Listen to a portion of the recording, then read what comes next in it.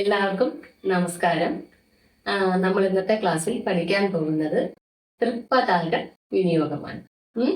തൃപ്പതാക എന്ന മുദ്ര നമ്മൾ നൃത്തത്തിൽ എന്തെല്ലാം കാര്യങ്ങൾക്ക് വേണ്ടി ഉപയോഗിക്കും, അതാണ് നമ്മൾ ഈ വിനിയോഗത്തിലൂടെ പഠിക്കുന്നത്.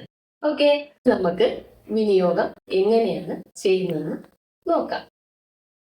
തൃപ്പതാക വിനിയോഗം. ഓക്കെ, മകുടേ വൃക്ഷഭാവേഷു വജ്രേ തദ്ദരവാസവേ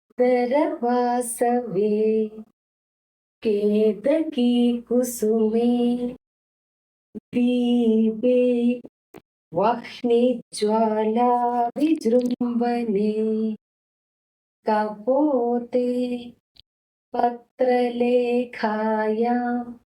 ബാണാർത്തേ പരിവർത്തനേ ഉജ്ജ്വലേ തൃപ്പതാകോയം കവിതോ ഭരതോത്തമൈഹി.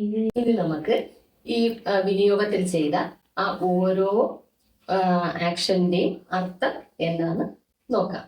ഓക്കെ, മകുടേ, മകുടേ എന്ന് വെച്ചാൽ കിരീടം. വൃക്ഷഭാഗേഷു എന്ന് വെച്ചാൽ മര കൊമ്പ്. വജ്രേ, വജ്രായുധം.